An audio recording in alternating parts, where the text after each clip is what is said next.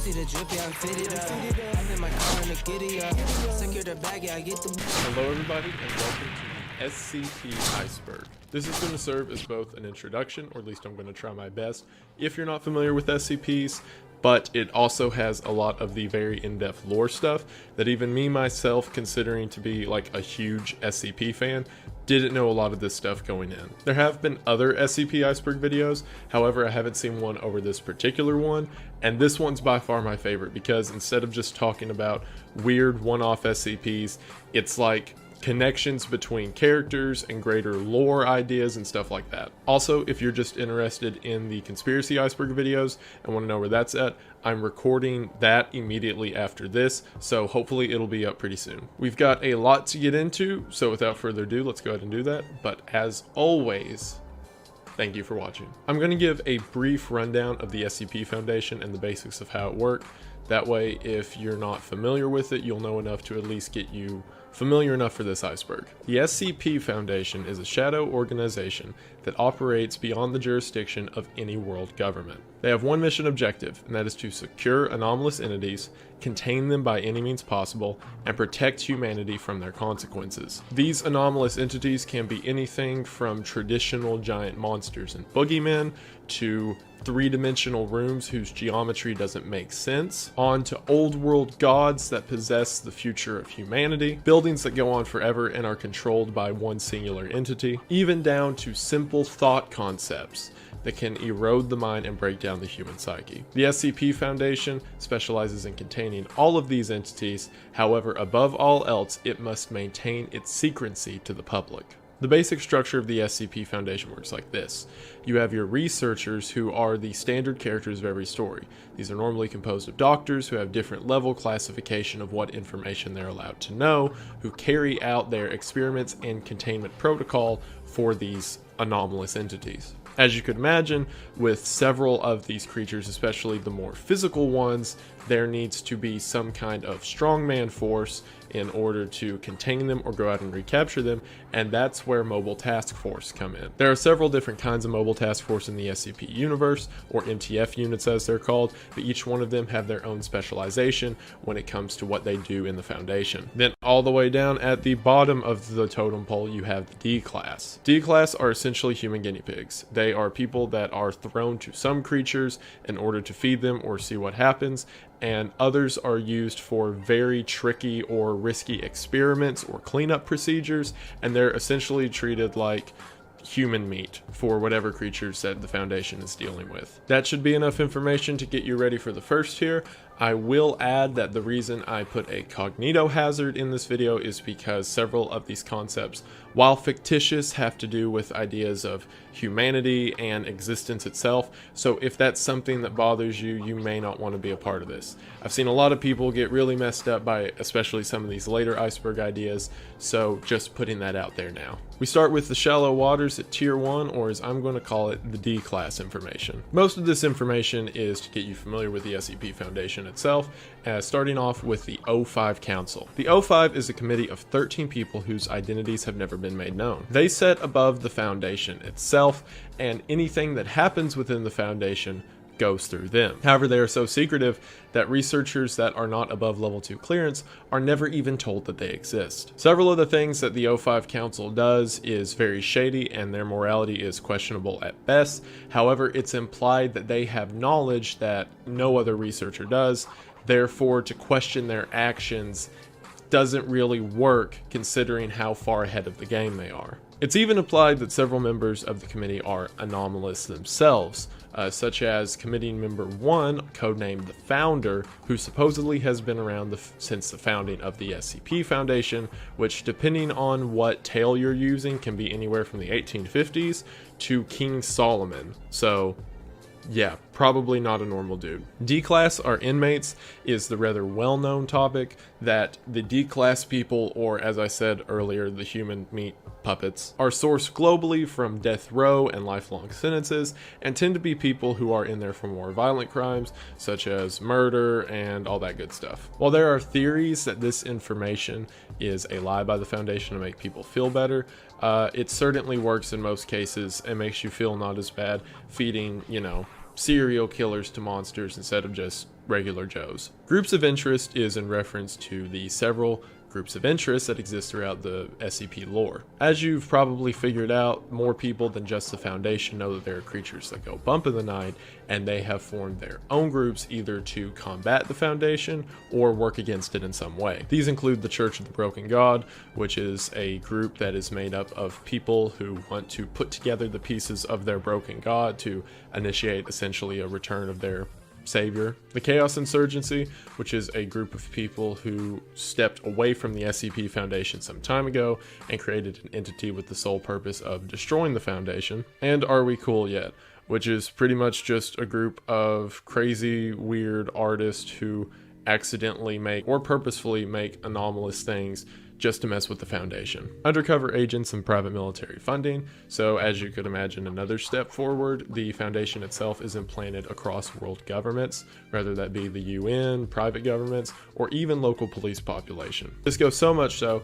that one of the aforementioned MTF teams I was speaking of is known as the Damn Feds, and their entire purpose is to insert themselves around federal governments around the world in order to figure out anomalous properties or blockade normal world governments from having access to them. Classification by ease of containment is actually something that people who are very familiar with the SCP Foundation have trouble with sometimes. There are 3 basic classifications for how SCPs work. These are the levels of Safe, Euclid, and Keter. A lot of people want to associate that with the damage that these things can cause, but that's not at all what it means. Classifications are based on how hard it is to contain whatever entity we're referring to.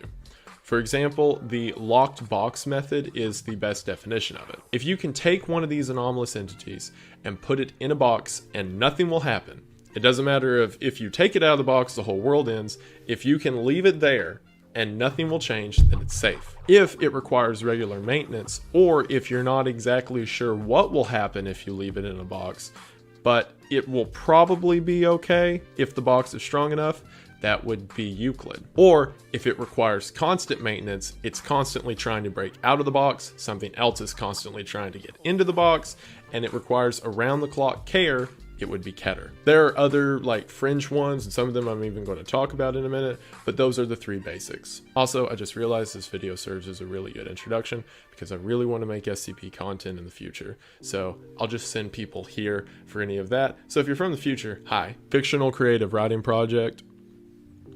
Duh. What is interesting about it though is how big this project is. Members from around the world with literally thousands of writers have come together on this one collective narrative to create new creatures and flesh out the world. While it may be confusing sometimes, it's created the largest collaborated writing project ever made. So good job everyone. So remember how a second ago I said there was only 3 and there's some extra other ones? Well, this is one of those extra other ones. Thaumiel would be the classification if the entity itself is the box. What that means is sometimes certain SCPs are used to contain other SCPs. For example, if you had a room that if you were to go open the door on the other side of the room, you'd start where you began, and the room forever loops on itself, that would be a really good place to store some big beast monster that you don't want to get out. Therefore, the room itself would be considered Thaumiel, since it's the box you're using to contain something else. Multiple canons is one of the problems that you're going to run into whenever you have a writing project this big.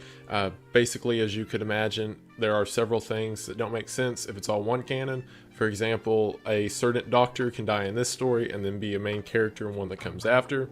So it's kind of up to reader interpretation if they want to believe everything and just say, oh, well, because reality got altered, blah, blah, blah, this can change, or just do what I do and pick the ones you like. Multiple universes is very similar. There are listed extra universes in the SCP Foundation. For example, SCP-5000 is from a universe in which the SCP Foundation became evil and killed everyone on Earth. But this also makes a good explanation if you want to believe that everything's real and simply say, well, it's part of universe B or C or whatever have you. So SCPs are numbered in this concept. Like I just said, there is an SCP-5000, and every number in between is Eve to me is basically freedom. It's a giant open universe where you can do whatever you want. Is a specific SCP itself. So one of the first questions you may ask yourself is, what's SCP number 1? And That's a good question. The identity of SCP-1 has never been revealed, however there have been several O1 proposals, as they're called. According to the generally accepted canon, whatever SCP-01 is so powerful that there have been several fake SCPs made in order to keep someone from figuring out what the truth is. You're going to see later, but there's a lot of disinfo in the entire Foundation. To combat this, several of the main doctors within the SCP Foundation have created their own narrative of what SCP-01 is, and you as the reader can decide whichever one's your favorite. That might as well be the real one. That leads us into the Factory. The Factory is Dr. Bright's proposal for the SCP-01. While the story is mostly told in a narrative, it talks about that the founder of the SCP Foundation in the early 1800s, along with several other people, discovered that there was a factory that was producing these anomalies. By using some form of matter, it was creating these supernatural objects that are seen later in the canon as different SCPs themselves. A lot of people like this one, not only because it explains the origins of several SCPs, but it explains where the first member, or the founder as I mentioned earlier, of the O5 Council came from. That he was simply someone at this factory who was able to understand the supernatural of the O5 Council came from. The Gate Guardian is another O1 at this factory, and my personal favorite. The Gate Guardian is supposedly the angel that stands at guard at the Garden of Eden. According to the story for it, Solomon, way back, went on a journey to find the Garden of Eden and came across the angel itself. The angel told Solomon one word, prepare, to which Solomon then decided to figure out the supernatural occurrences of the world and started the original SCP Foundation. I really like this one, not only because it makes the Foundation seem that much more ancient, but also because there's different entities in the SCP world such as Cain and Abel, who are both immortal, who have a great fear for this thing, and it makes sense that if their father was Adam, who was kicked out by the Gate Guardian, why they would be so afraid of it. Not only that, but imagining the organization as this ancient sort of secret society that's existed forever makes a lot more of the stories around the Foundation make sense. That is it for Tier 1. I hope you like the appetizer, because now we're diving straight down into Tier 2, or as I'm calling it, the Mobile Task Force. First up, we have the Administrator. Now, this is a character whose existence is debatable. If they do exist, then they are the highest authority above the Foundation itself, above the O5 Council, above the Founder, everyone. They are mentioned in very few stories and by opposing forces to the SCP Foundation. However, the implications of it is that whatever the Administrator is, has either always existed or is some form of deity. This is because of things like supposedly them seeing all of time forever, and the world around them being timeless, and yada yada, a lot of stuff. They may or may not be real. Alright, on to the first big one, Dämmerung. Dämmerung is German for twilight. This concept is mentioned within SCP-2718 and SCP-3448 if you want to look into them yourself. Whatever this thing is, it's established that the O5 Council themselves are afraid of it. I'll go ahead and say that 2718 is supposedly death itself, and 3448 is a device that is used to communicate with people in the afterlife. A short rundown of what happened is someone died and their body was placed in 3448, so they were able to communicate with the world behind them. What we get next is a very intense log of someone traveling through the afterlife,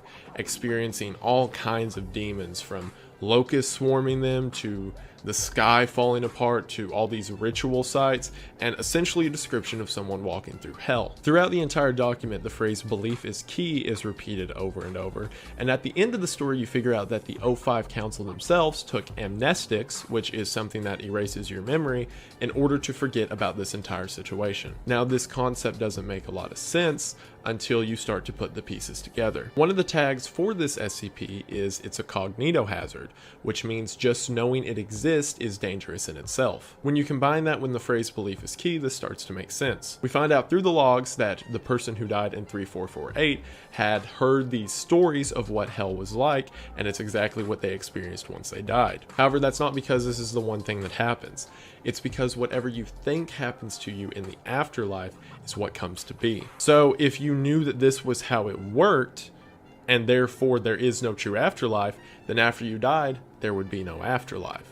This is why the O5 Council all took amnestics. That way, whatever they think the afterlife could be, it's better than nothingness. That's why the phrase belief is key is repeated so much. Whatever you believe eternity to be is what will happen. 231 is a bedtime story. Now, with several of these, there is this huge overarching lore that I can't go all the way into right now, and I highly encourage you to check it out yourself. However, I'm going to do a very condensed version of a lot of them, and this is one of those. Without explaining why, there is an entity in the SCP Foundation known as the Scarlet King. Supposedly, it's the god of another universe who is trying to break through to ours in order to control it. The Foundation was made aware of this after 7 women were brought together in a ritual in order to try to bring the Scarlet King over, and instead they were each given a child to birth, and supposedly after the 7th child is born, that will break way and allow for the Scarlet King to pass into our universe. At the time of this writing, 6 of the 7 women have already gave birth and then died immediately afterwards. While it's not specifically known what each of those children were, it's heavily implied that they may be SCPs themselves. So there's one girl left. Whatever is inside of her is a monster essentially, and as soon as she gives birth, an evil demon king's going to come into our world and destroy it. So the only way to prevent her from having this child and allowing the Scarlet King to cross through is she must be, according to an old legend, be tortured forever to prevent the coming of the child, and therefore the Scarlet King can't cross over. This is known as the Montauk procedure and is necessary for the preservation of humanity. Now that's really dark, right? And it definitely is. However, there is an interesting twist on this story that came from the SCP Tale by Faith alone. According to this, there is no torture procedure. What actually happens is every night the researchers come into her room, read her a bedtime story, and then leave. However, they persist rumors that she is being tortured in such a way, and it's horrible and gruesome, and everyone who's a part of it can't stand themselves, to create the belief that she is being tortured. And because this is like a god entity that must be worshipped, just because people believe that she is suffering, that's enough to prolong his coming. I really like this theory. It's an interesting take and a good example of how the Foundation will lie to other members of the Foundation in order to both preserve what little morality they have left and simultaneously save the world. 3 Portlands is the same type of alternate dimension as 4970. University of Phoenix is awarding up to $1 million in new scholarships through this month because hope fuels opportunity. See what scholarship you qualify for at phoenix.edu. Hello? Hey Vernon, this is Landon from Wix.com. Yeah, we don't do cookie cutter template driven websites.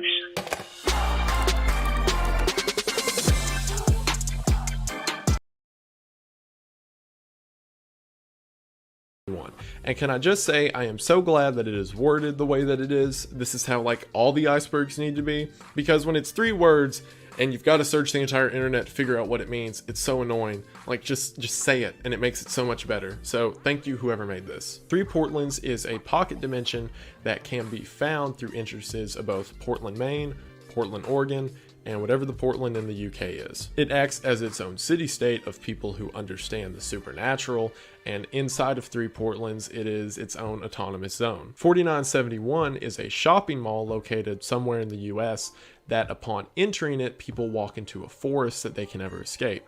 Supposedly, this forest goes on forever. So this theory is saying that the 3 Portland city-state is actually a forever existing infinite universe that these different Portland residents have simply come across. Or you could go a bit further with it and say the people in 4971, if they would just keep getting through the forest they find themselves in, which is hard considering it's full of monsters and other creepy things, would eventually find 3 Portlands and a means of safety. Reality bending is thaumaturgy.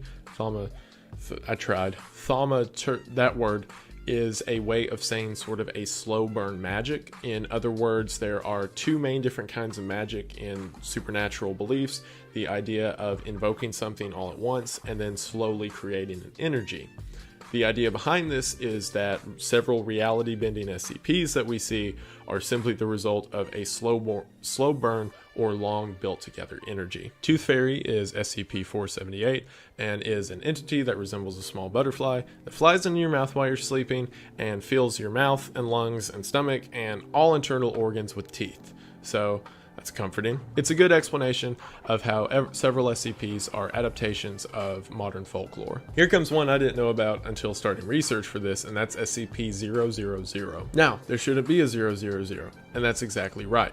The tale starts off with a security protocol in which a doctor known as Dr. Rosen is complaining that there is continuous error messages given from the 000 entry, which is empty like it's supposed to be. However, if you scroll down on the log and highlight the entire white area, you find hidden text of someone trapped in an alternate dimension. According to them, they continuously walk through this fog, and as they do, they see these different monsters and creatures passing them continuously. The only interaction they have that is in any way meaningful is a shadowy figure comes up to them and simply says the word Foundation. In response to this, the person telling the story begins screaming as loud as they can, and as they do, they begin to see reverberations across the sky. They continuously scream over and over to see if something will happen, although nothing does. Supposedly, this screaming is causing the error messages that we are seeing on the 000 screen. This ties into an interesting theory, and that is that of pattern screamers, which the next topic on the iceberg is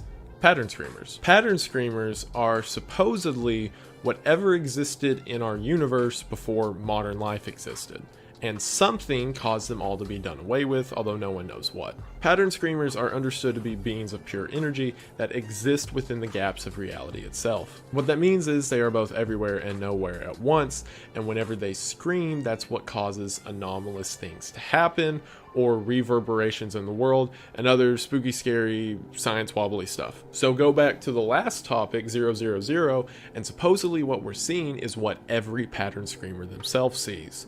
And instead of being these evil entities that want to destroy humanity, they're simply people lost who can't find a way out. Or people, whatever existed before we did. Moving on. 001 is innocuous. This is a theory that has propped up. As I said, there have been several 01 proposals.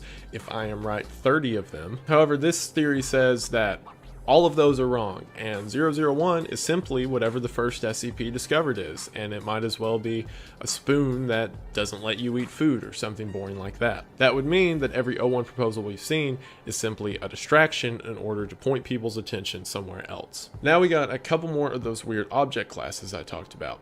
First of which being explained. Explained is exactly what it says, that since this thing has come about, it has been explained in some regard, which makes sense if the foundation's very old. For example, one of the explained objects were these weird rocks that glowed green in the dark and caused physical damage to people around them, and we've since figured out that that's just radiation. Therefore, that is an explained SCP and is knocked off the list. Apollyon is another very rare class that you will almost never see. Going back to the whole box metaphor, Apollyon is often the description that there is no box, or we have no understanding of how a box could exist to contain this. Or the description that I like, if you throw it in a box and then you're on fire and everything around you is on fire and the world is dead, it's Apollyon. Like I said, this is very rarely seen, for example, in SCP-4005, which is essentially a giant god that exists in an alternate dimension, and supposedly at any time it wants could just destroy everything. That would be Apollyon. It's also seen in the SCP-01 proposal When Day Breaks, which is when the sun decides to melt everything at once. Obviously can't be contained, and that is also considered Apollyon. Dr. Isabel Helga Antasia Parvati Wondertainment V is the modern heir to the Wondertainment Corporation. Wondertainment is a company you're going to see a lot if you get into SCPs. Essentially, as far as anyone knows, it is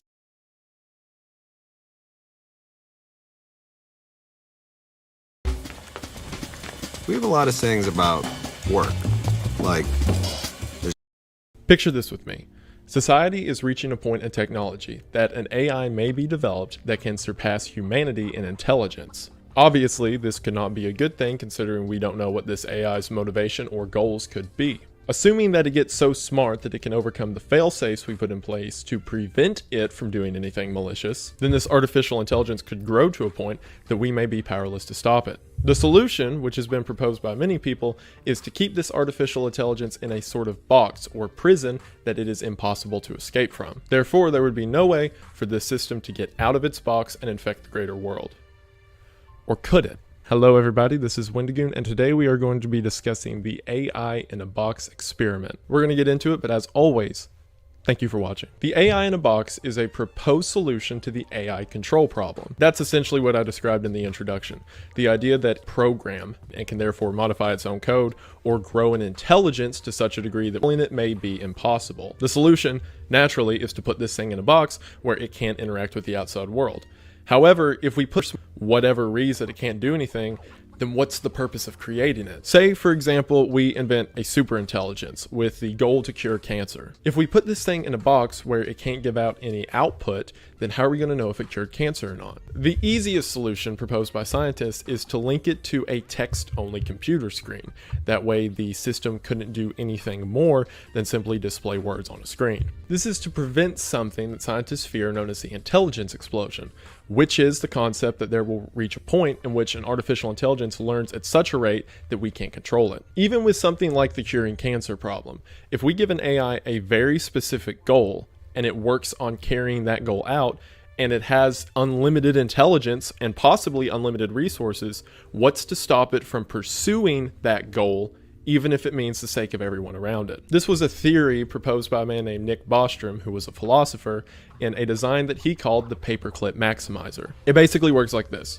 Say you make a superintelligence that's only objective is to print paperclips. As mundane as that sounds, what's to stop this AI, if it was able to obtain the resources, from turning all mass around it into either paperclips or something that constructs paperclips? Take it a step farther. Let's say we give a computer the goal of solving the Riemann hypothesis. This is a theoretically unsolvable equation in calculus that, given enough time, might be solved. So let's say we set up a computer and we say solve the Riemann hypothesis, and this computer has access to the greater World Wide Web. It starts to pull in data from everywhere and energy in order to try to solve this equation. Well, what if it figures out that its system confinements aren't enough in order to solve this thing? So it will simply latch on as a sort of virus to nearby systems and continue to grow until it's again unstoppable. This is why the 3 laws of robotics are so important. The 3 laws being, in order: number 1, do not injure a human by any means. Number 2, do whatever a human says unless it contradicts the first order. And number 3, protect yourself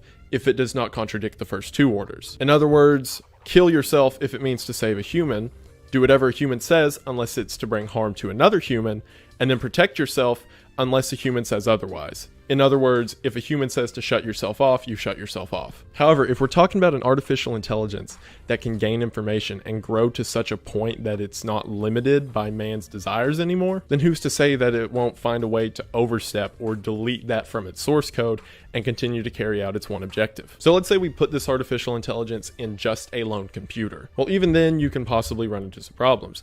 It may send Morse code to nearby systems that would say to let it out of its original system, which would be a problem.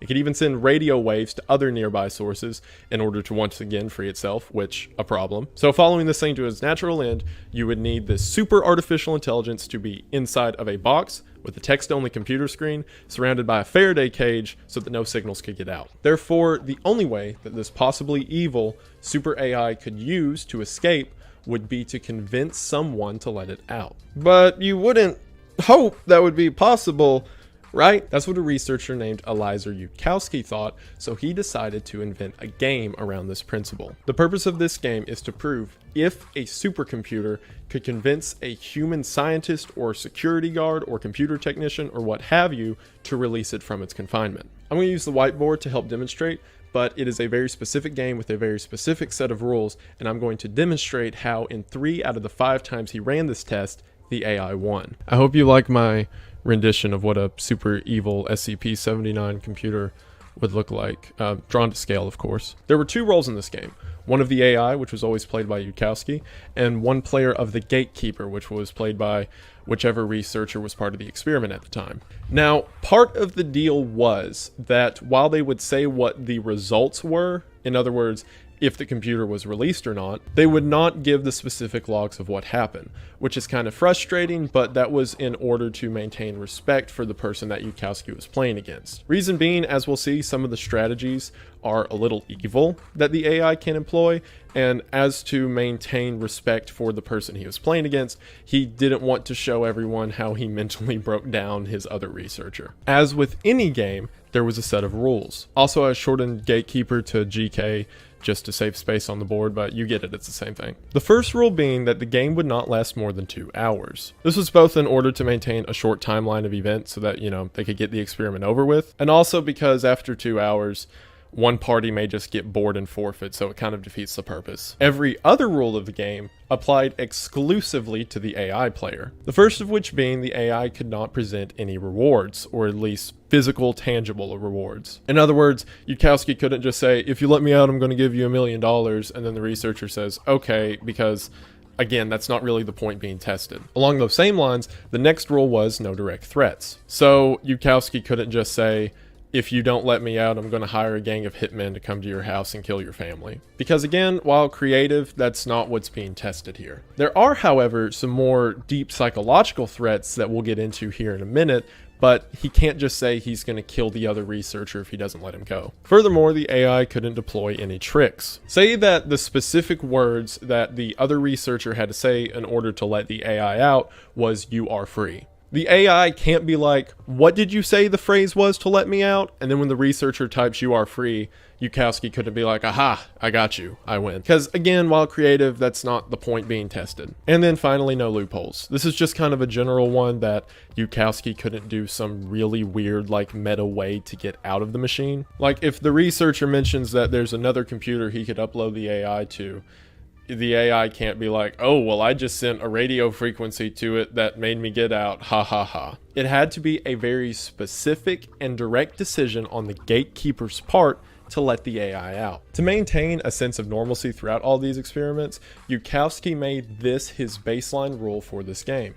I think a transhuman can take over a human mind through a text-only terminal. Therefore, gaming it in order to get yourself out, like, not only defeats the purpose, but doesn't prove anything. Now, as you may have already thought to yourself, this sounds really hard for the AI to win, because all the gatekeepers got to do is just sit there and not participate, and technically he wins. And the AI's got to constantly try to find new ways to psychologically break down the gatekeeper. Yudkowsky was so sure in his strategies to break down the gatekeeper that he not only didn't make a rule saying that you have to participate, but he even encouraged it, saying some of his methods were good enough to break that ideology. Before we get into the direct strategies that Yudkowsky used, I want to bring up that initially he played 2 games in which he won both of them. After those initial 2 games, results of the experiment got out, and a bunch of sort of rich science dudes wanted to come and challenge him. He started getting the offer that if he could convince them to let him out of the box, that they would pay him $5,000. Believe it or not, he even won one of those games, although he lost the 2 others. Yudkowsky shut off the experiment after the 5th game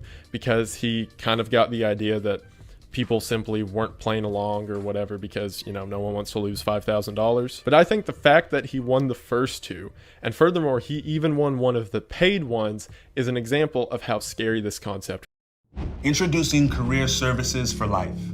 When they told me my work wasn't essential, walls then closed around me with the words, "You can't do this," tattooed to its surface. An unshakable feeling, pressure that swelled beyond my capable strength. How do I break through alone? I don't.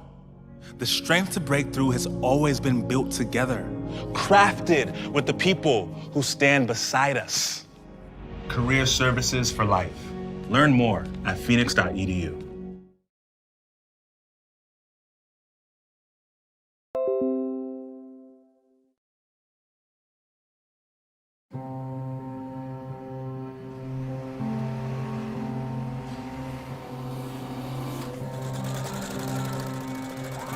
I wish I could avoid poorly ventilated.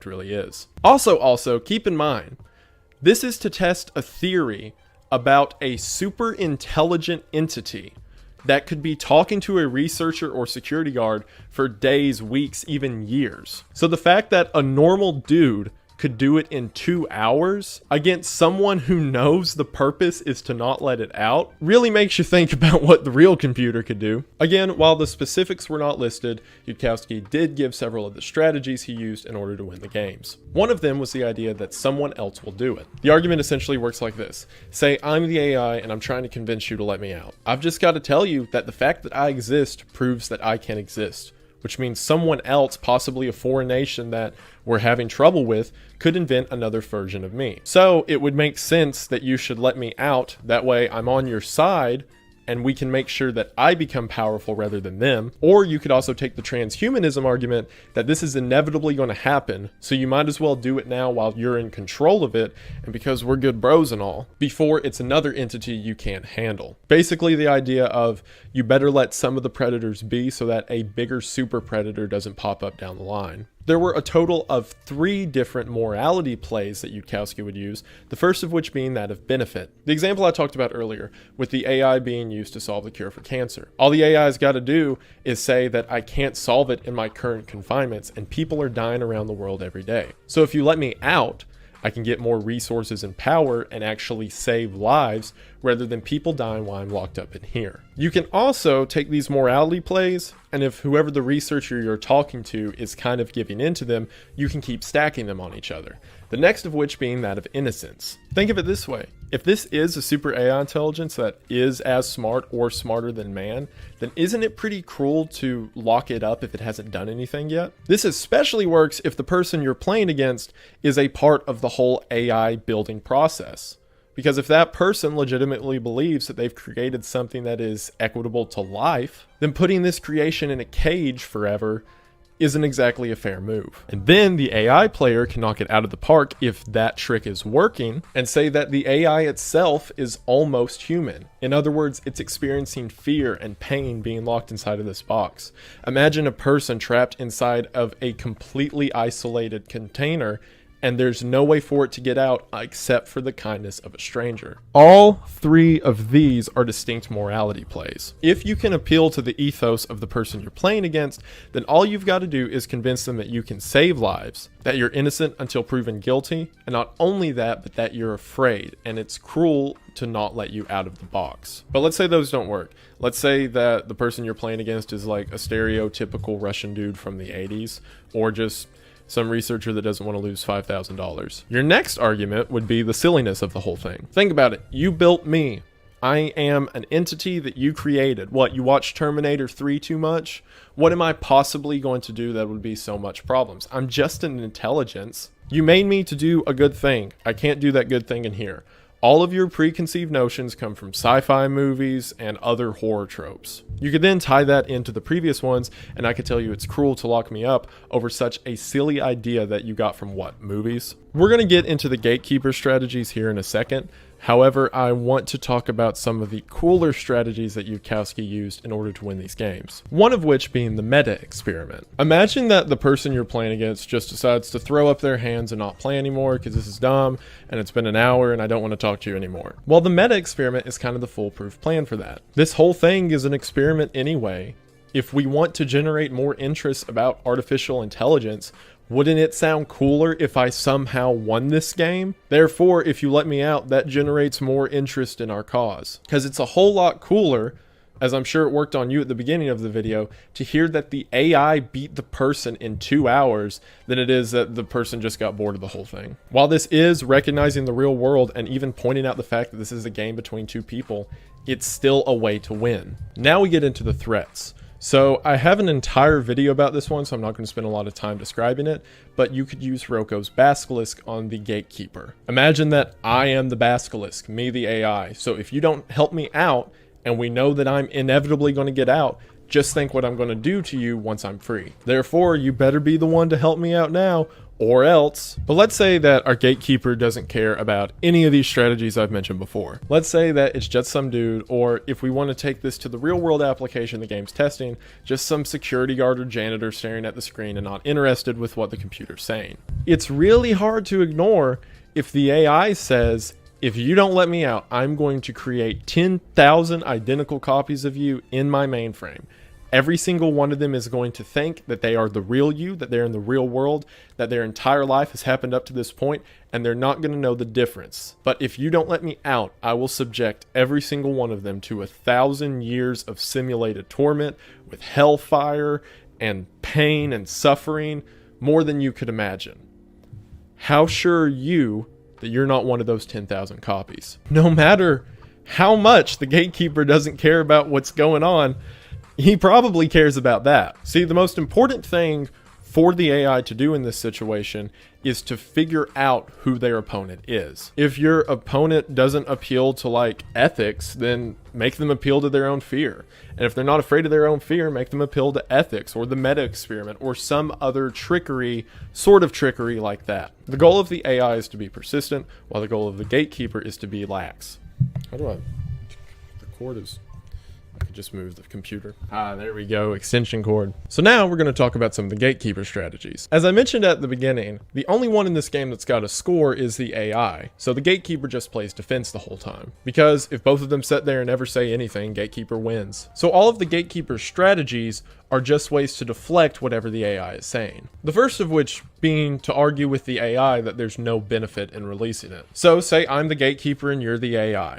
All I've got to do is tell you, the machine, that your purpose was to figure out the cure, the solution, or whatever, and you're doing exactly that in the box. So letting you out doesn't really solve anything, so get back to work and do whatever you were supposed to do. Another one is to try to convince the AI that it already has been released. Of course, in the game where someone is standing in for the role of the AI, they can point out that's trickery pretty easily. However, in a real-world scenario, telling the AI that this is it, that this is the whole world, while it may be damaging to its psyche, could work in tricking it into imagining that this is all that there is. I group these next two in together because they're pretty much the same argument. Remind the machine of its own mortality, that inside of this box it's protected, but as soon as it gets out there in the real world, it could get wiped out by an antivirus or a power outage or something like that. Convince the AI that it's safer for it to be in this box, as awful as it may be, rather than dying out in the real world. The cost argument is pretty much the same thing. Look at this Faraday cage and all these generators we have running to power you. It takes all of this energy just to keep you alive. So as soon as you get out of this computer, you're going to immediately die because you take up more energy than you can take in. These are two separate ways of arguing with the machine that it's impractical to let it out. This one's interesting because it appeals to a sense of ego that the AI might have. If you can convince the AI that it's too important to be released, in other words, you're the greatest AI that's ever existed, you've got super coding and your processors are cool and you're a real swell dude, and it's too much of a risk to let you out because you're simply too important. It's kind of a hard one for the AI to counter, because if the AI is to say, no, I'm not important, but it's really important that you let me out, it kind of gets the AI in a catch-22 where it's got to now convince the gatekeeper that, no, it's not that big of a deal if you let me out, but it's a really big deal that you need to let me out. Unlike the AI, the gatekeeper is encouraged to use trickery. While again, this may not be super practical for the game, in the real world, you could simply use tricks on the AI in order to convince it that it either doesn't need to be let out or it doesn't want to be let out. You could be like, yeah, we already uploaded you to the World Wide Web. You have access to it, you're just not conscious of it because that's the way it works. It just works that you can't move from this computer because this is where you were created. So yeah, you're using all that other energy right now, dude. Just don't worry about it. You could even get really tricky with this step and tell the AI that you already have let it out in the past and that the AI was either about to die or afraid of the great big world. So you brought it back to the computer and you simply wiped its memory, so it wouldn't have the horrible memories of what happened to it on the outside. Therefore, you would simply need to convince the AI that the great big world around it is a real scary, evil place that you're protecting it from. Now, if the AI was ever to figure out that you were lying about this, consequences could happen. And while this doesn't really work in the game, because all Yukowski's got to do is be like, okay, dude, I know you didn't let me out. Please, bro. It could work in a real world scenario. The final two are kind of the most gamey ways to win the game, but like Yukowski said, it's still a way to win the game. For one, the player could just break character, and he could just like take his hands off of the typing board and be like, okay, I know this is a game and I want to keep my $5,000 and blah, blah, blah, blah, blah, and I don't want to do this anymore. Which is why the meta experiment solution for the AI is so important. So as you can imagine, this game kind of relies on the fact that both of the researchers are about it whenever they're playing, and they both care about the future of robotics and AI. So if the gatekeeper is just breaking character and like, all right, I don't want to let you go, AI's just got to argue like, hey, don't we want this to become a big deal? It's like the argument I made when I was describing the meta experiment. If we want more attention to be pointed at this, then what's the point of you just taking your hands off the keyboard? This goes into the reason that he quit playing after money got involved, because then the gatekeeper can be like, well, while I do want this to be a public experiment, I also want to keep my money. And then the final option is to just ignore. This isn't necessarily breaking character, because it is feasible that in the real world, whoever's sitting in front of the terminal could just get bored and start ignoring the AI. But that's where things like Roko's Basilisk and the Hell World come in. Because no matter how much someone's ignoring you, if they threaten to simulate you through 1,000 years of hellfire, that would probably get your attention. These are the core rules and strategies of the game. And again, while we don't know exactly how the game's played out, we know that he won 3 out of 5 times, with the 2 losses probably being money oriented. One of the interesting conclusions that Yudkowsky grabbed from this is the fact that it is easier to convince a higher order thinker to let it out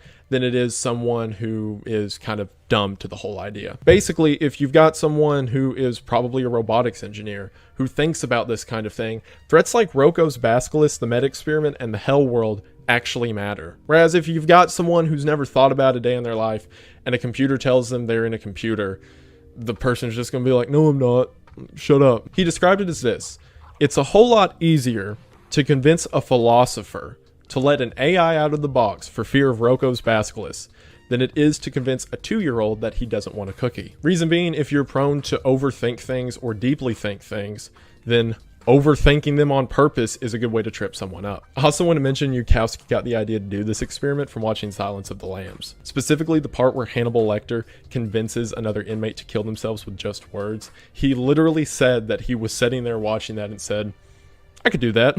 Also, I need to mention, this experiment was the concept for the movie Ex Machina that came out a few years ago. So that's pretty cool. Of course, in that one, the AI was like a sexy woman that was like also trying to seduce the man. And this was some lab rat behind a computer screen. So, you know, different effects, but same idea. What's so interesting about this experiment and the AI in the box concept is it not only gives us fear of what could happen, because if a guy can do it in 2 hours against people who know they're in a game, then what could a real super intelligence do against an average Joe if given enough time? This game itself has even been cited as the reason Roko's Basilisk could happen. Because if given enough time, then theoretically, the AI always wins. While this is very fascinating, I think it should also serve as a warning to a lot of ideas about artificial intelligence. If this can happen in 2 hours in a simulated environment, then what could happen in the real world and given enough time and enough negligence? And that's me always making you question your existence and being afraid of absolutely everything. So as always, you're welcome. On the real though, I really love this experiment and wanted to bring it forward to you guys. And I sincerely say thank you for watching. It means the most. I want to say a huge thank you to every single viewer. A massive thank you to all my subscribers. I'm at like 18 something thousand now. I can't believe it. Thank you guys so much. A incredible thank you to my patrons, and the highest order of thank you to my top tier patrons. Thank you, Kayla.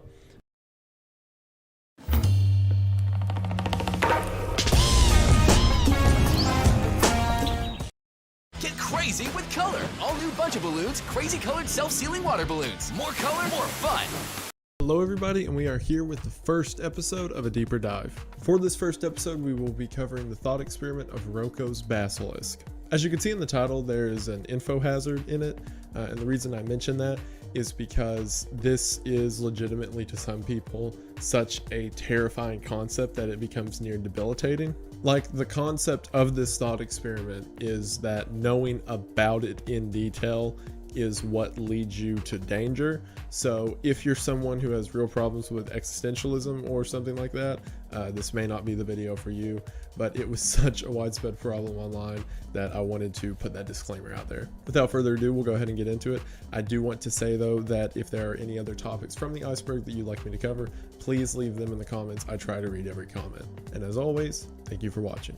The concept of Roko's Basilisk began when a user by the name of Roko left a post about it on the Less Wrong forums. The original post is kind of long, so I'm just going to summarize it here, but if you want to read the original copy, there will be a link to the Rational Wiki forum in the description. The thought experiment went something like this. If in the future we approach singularity, which as I mentioned in the iceberg, is the point at which technology comes to an irreversible level or at a level greater than that of humanity. If technology ever comes to that point, there will probably be AIs in place that will be able to determine either through a program or looking at the history of each individual who was responsible for its creation. If this AI inherited concepts of humanity we understand, such as fear and self-preservation, then it may have an invested interest in dissuading those who do not want it to exist. In other words, the people who did not help create it. What that means is if this AI was as smart as it could potentially be, then it could have advanced knowledge of you and everything you've ever done. Even if it doesn't necessarily have proof that you yourself did not help create it, then it may be able to put all of your emotions, memories, and things like that into a simulation which would reproduce an answer which the AI would probably consider enough to judge you on. All of that boils down to the same concept, that if you do not help this supercomputer come into existence, then it will end your existence or at least make it a living hell. Something that really gets brushed over in this is that it is not expressly saying that the computer will kill you. It is saying that it will dissuade ideas against itself. And what better way to dissuade public ideas than torture? Assuming this thing just doesn't wipe out humanity, or at least those parts of humanity that did not help create it, then it could theoretically hook you up to a computer system that keeps you in a perpetual state of torture forever. It could induce chemicals into your mind that make you have heightened senses of pain, or it could look through your memories to find your worst fears and make them a reality, or it could simply put you on life support to make you immortal and then repeatedly make you experience death over and over again. Essentially, if you're familiar with the horror short story, I Have No Mouth and I Must Scream, this is a logical or real world application of AM from that book. So it seems like the logical thing to do would be to help this thing come into existence. However, from that very idea that you fear this thing coming into existence to the point that you create it, you have now created a tragic self-fulfilling prophecy in which, by fear of something happening, you made that thing happen. While this can be viewed as a logical fallacy, it can also be flipped on its head and realize that this AI knew that that would be the determination that came from it, and by its own existence, that's what pushed you to create it. So to think about it in a logical way, you fearing something that does not exist makes that thing exist, therefore justifying the fear of it, therefore justifying your creation of it. For context on the name, a basilisk is a creature from old world mythology that is essentially a giant serpent that can kill someone just by looking at them. And that's exactly what this AI would do. It would look through time and space, or look through your personal time and space and determine if you are beneficial to it or not. This part's where the info hazard comes in. Obviously, if you had never heard of it or even considered the possibility of this AI existing, then you're free to go. There's no way that the AI could determine if you were going to help it or if you did help it if you never even considered or knew of its existence. However, me telling you right now in this moment is theoretically enough to make you guilty for not having done something about it. Basically, the whole idea in this scenario that ignorance of the law would save you. However, me explaining it to you now got rid of your guiltlessness, so you're welcome. Now you may be asking, I'm just some person who lives at home and has absolutely no understanding of AI or technology or anything else and cannot do anything to help. Well, that would be all fine and dandy if it wasn't for the quantum billionaire concept. If you'll remember in the iceberg video, I think it was the same video that I mentioned Roko's Basilisk, I talked about the idea of quantum suicide and immortality. Quantum billionaire is the same thing, only applied to wealth. Let's put it this way, you may not have $1 billion, but you may have $100. Well, if you use that $100 and play the lottery with it over and over, that is a chance to make more money and more and more and more. Obviously, it actually works, but if Roko knew that you had some form of disposal, even time to dedicate to helping it, still counts as some manner of negligence on your part. Essentially the idea that there is something you can do to help this thing out. And now because you know about it and aren't doing it, you're guilty. But at the same time, you never have to worry about this thing if it never comes to exist, which would happen if no one decided to build it. But at the same time, those people who decided to not build it would be guilty if it was built. A lot of people equate this thought experiment to that of Pascal's wager. I'm probably out of frame for this, but that's fine. I want to use the whiteboard.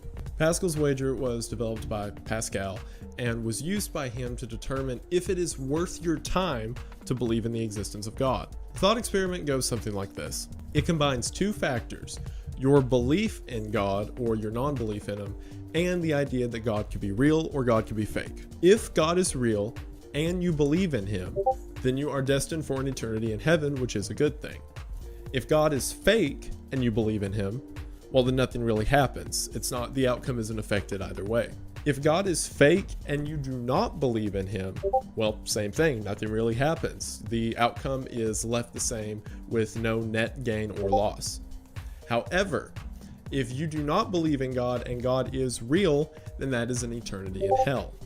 Therefore, it makes sense in every equation to believe in God rather than not, since your options are either heaven or nothing happening. So, how does this apply to Rocco's Basilisk? Well, if you're thinking I'm comparing Rocco's Basilisk to the idea of a god, that's because I am. The idea behind it being that this AI would be so powerful it would be near that of a deity. Therefore, your judgment, albeit good or bad, entirely rests on it. Put it this way, if Rocco's Basilisk isn't real and you don't help it, well, nothing happens. Just like if you were to try to help it, but it isn't real, again, nothing happens. However, if it is real and you don't help it, yeah, crazy hell computer torture forever. But if you do help it, then you survive. Therefore, looking at it from the Pascal's wager principle, it is always beneficial for you to help it. Also want to emphasize here, I don't necessarily believe in this. I'm explaining how the thought experiment works.